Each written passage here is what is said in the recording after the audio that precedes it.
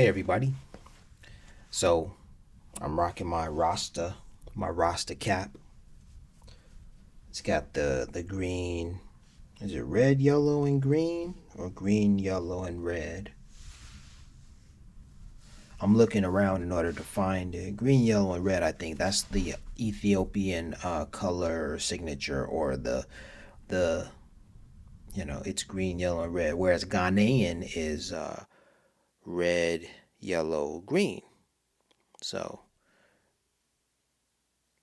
why did my camera stop filming? All right, we're back filming again. For some reason, the camera stopped. I was trying to figure out the color sequence. On the Ethiopian flag, it's green, yellow, red. On the Ghanaian flag, it's red, yellow, and green. And I'm wearing my Rasta inspired cap. And so I was trying to figure out, without looking at it, I was trying to figure out what color sequence is in there because I was wearing the cap when I got out of the car, and one of the neighbors saw me and he said, "Let me get some jerk chicken with my, whatever, beans and rice and everything, yeah, man." And I looked at him like he was crazy because I didn't understand what he was saying. And then he looked at me. He said, "I'm making fun of your Rasta cap, man." And I said, "Oh, okay, okay." And then we had a cool little laugh. Anyhow, um, So I'm calling this meeting here. I'm calling your attention, today because or to this video rather. I'm posting this video to grab your attention because I want to make a quick tell you a quick story about Sweden. And the title of my channel is iSEE109. So let me tell you about that time when I was in Sweden and I happened to see those numbers 10 and 9. All right, because this is a peculiar scenario. I'm going to keep it short. Um, oh, and the one thing I do want to tell you is the reason why I made this video is because I found success with the previous video that was like this. You see, in that video, it's a quite an interactive experience. I show you clips of video footage from my actual travels. I tell a story about my travels, and then I'm like sprinkling. I'm sprinkling some content, some media in into the video, and it makes for a more dynamic experience. So that's what I'm hoping that this video is going to be, a more dynamic experience for you. All right. Also, I was telling a story in that video, so I think I just need to tell stories, do it well, and make my stories interactive as best I can. All right. Okay. Let's start with yeah, my channel is called iSEE109 because I see it. When I travel the globe, I encounter 109, whether I'm in Cuba, Peru, Mexico, Saudi Arabia, Oman. You get the idea. You get the picture, right? All right. Well, here's what happened to me in Sweden. After I arrived in Sweden, I walked through the city and made my way mistakenly to the Nobel Peace Prize Museum because on my GPS, I thought that was the destination of or that was the location of my hotel. I was wrong. That wasn't where I was supposed to go. The hotel was in a completely different direction, and I had to double back. I mentioned this in the video and whatnot. Um, Even though it was a mistake, I still had the opportunity to walk throughout the city and see things, and explore the city, albeit with my bags because I was fresh off of the plane. And so that was slightly annoying. And so after I made it to the Nobel Peace Prize Museum, mistakenly, at least I knew where the Nobel Peace Prize was located. And so from that point, I doubled back and found my way to the hotel. Found my way to the hotel, and then from there, I, figured out, how I'm going to spend the rest of my time in Sweden. So eventually, I realized that the Nobel Peace Prize is a location, one that I want to visit because, yeah, it's like one of the biggest attractions, in Stockholm, Sweden. So I'm like, all right, cool, I'm gonna go there. So I start planning out my day, but I didn't know the schedule, the hours of the Nobel Peace Prize. So on another day, that probably the following day, I made a trip right back to the Nobel Peace Prize Museum. I walked, I got there, and I discovered that it was closed. So I'm like, oh man, I don't want this to happen again. Now I was in Stockholm for like 5 or 6 days, 5 nights, 6 days, 5 nights. Okay, so I had plenty of time to figure out the schedule and figure out how I would, on which day to visit the museum when it was open. So after basically two unsuccessful trips, the first trip when I mistakenly arrived at the Nobel Peace Prize, I imagined it was open, but I wasn't prepared to enter. So I had my bags with me and I was tired after a long flight. So I was like, let me just find the hotel. The next day I went and it was closed, and so that ended that. I think the following day is when I slept in. I was tired, and the Scandinavian daylight hours were. I mean, my circadian rhythm was off due to the daylight, and the nighttime. You only get like maybe 4 hours of night. I remember it. Yeah, it was like 10 p.m. when it was pretty. It was getting to be pretty dark out, and then by 4 a.m. the sun was rising again, and that just threw me off completely. It's like 8 p.m. in Los Angeles, the sun is going down, and then by 6 a.m. the sun is rising. So that's a considerable amount of time of that you have darkness, but not in Sweden. So anyhow, yeah, so I was by the third day I was tired. The fourth day I said I'm determined. I'm not missing an opportunity to go to the Nobel Peace Prize Museum. I've got to go see it. Because by this time I had done my research. I knew what days what day it was closed, what day it was open, and um yeah, so I made my way there. So I get there and then um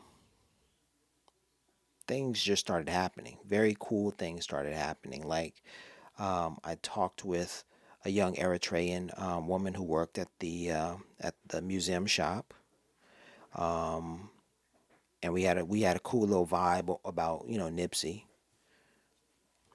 And then after that, um, I remember Malala had been shot on October 9th. That's a reference, an allusion to 10/9 right there. And Malala received the Nobel Peace Prize, and her scarf is on display there at the Nobel Peace Prize Museum. So I was able to see that, and I thought that's 10/9 right there. And then, um, yeah, all of the references, that I've had in my book that refer to the 10/9 and Nipsey. I mean, just having a conversation with a young Eritrean woman who worked at the museum shop about Nipsey, that was enough of a connection to, Crenshaw, Los Angeles, and 10/9 for me to just be like, man, that trip to the Nobel Peace Prize was very great. All right, so I'm here at the Nobel Prize Museum, right? Check it out.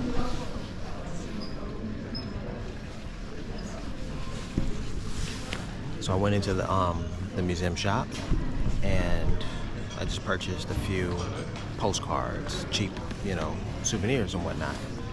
Some stamps as well, so I can mail them from here. The young woman, the cashier, um, looked like she was Habesha, and so instead of saying in Swedish thank you or even in English, I spoke to her in Amharic, which is the Ethiopian language. I said, Amesegen alo. Well, she told me, hey, I'm not Ethiopian. She said, I'm from Eritrea. And then I was like, oh, I'm sorry. You speak Tigrinya? She's like, yeah, dude. She's like, are you Ethiopian? I'm like, no. She's like, well, oh, but you're learning about Ethiopia? And I'm like, check it out. So, do you know or do you remember Nipsey Hussle? She was like, of course. I'm like, that's what I'm talking about, right? So I tell her that, Nipsey had a big impact on me, and I've been spending my time learning more about, Ethiopian, Eritrean culture ever since. So she was like, that's what's up. And we had a really good, interaction thereafter. Before it was kind of like, you know, mechanical, just she was doing her job and I was, answering questions as a customer. But then when we broke all of that down and broke out of that what is that called? That construct, and we just related to each other on a personal level based upon Nipsey, it was all love. It was all family. It was like, that's what's up. And I'm like, bro, Nipsey's impact, I'm all the way in Sweden, you dig? And this is that kind of reception. You dig? So I can't even imagine what it was like to be Eritrean and to have had an experience, what were the Eritreans? What did they see in Nipsey? Because he was just doing, woo, can't even imagine. And for me, a black American, I get one perspective, but the Eritreans get a completely different one. So yes, that's what it is.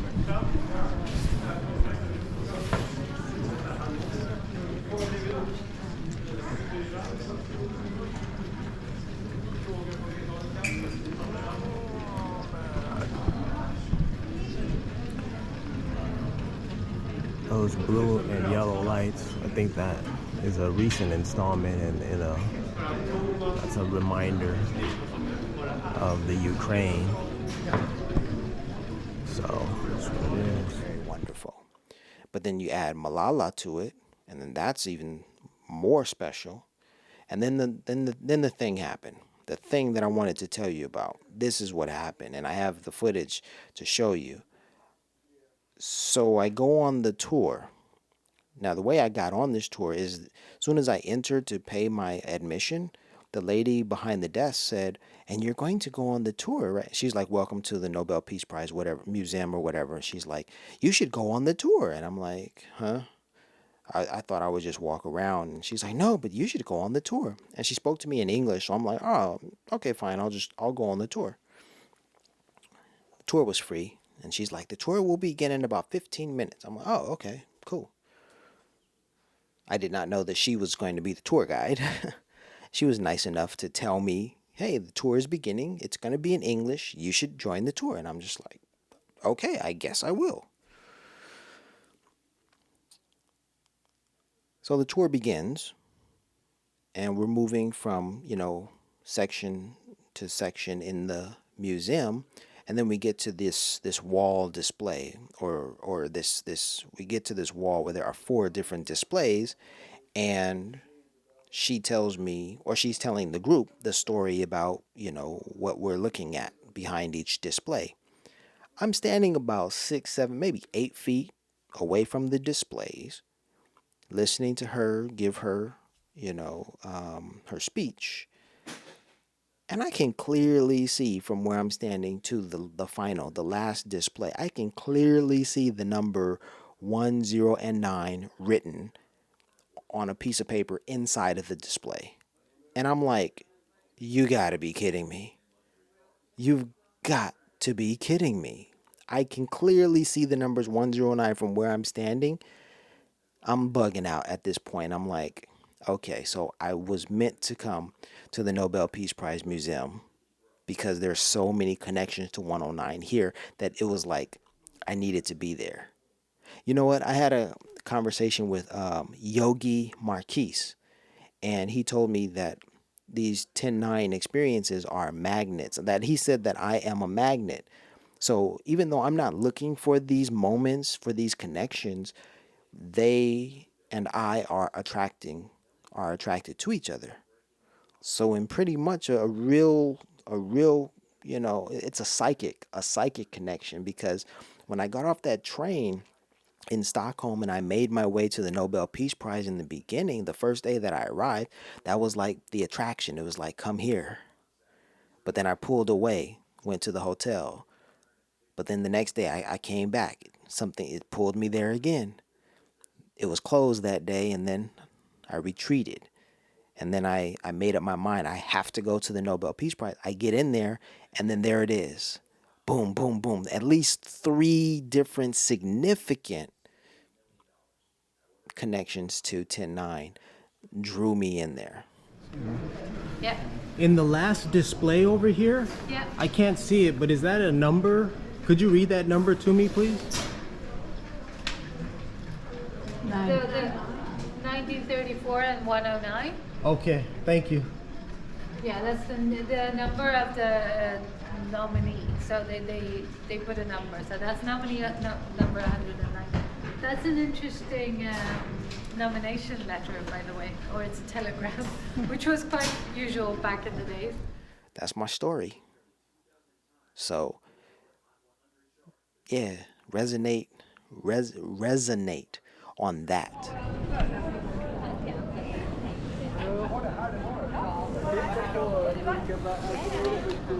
All right, so that's over with.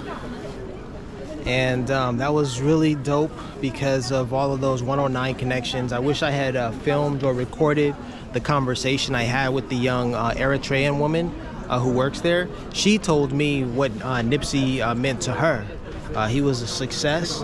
He was a powerful leader because he made it, and he was Eritrean. Now she said she did mention that he was half Eritrean, and I told her that just because he was half Eritrean, that's not a con. That's actually part of his mission, what I believe was his mission, because the dude was part African American. So I'm able to identify with that part of him, and she's able to identify with his Eritrean heritage.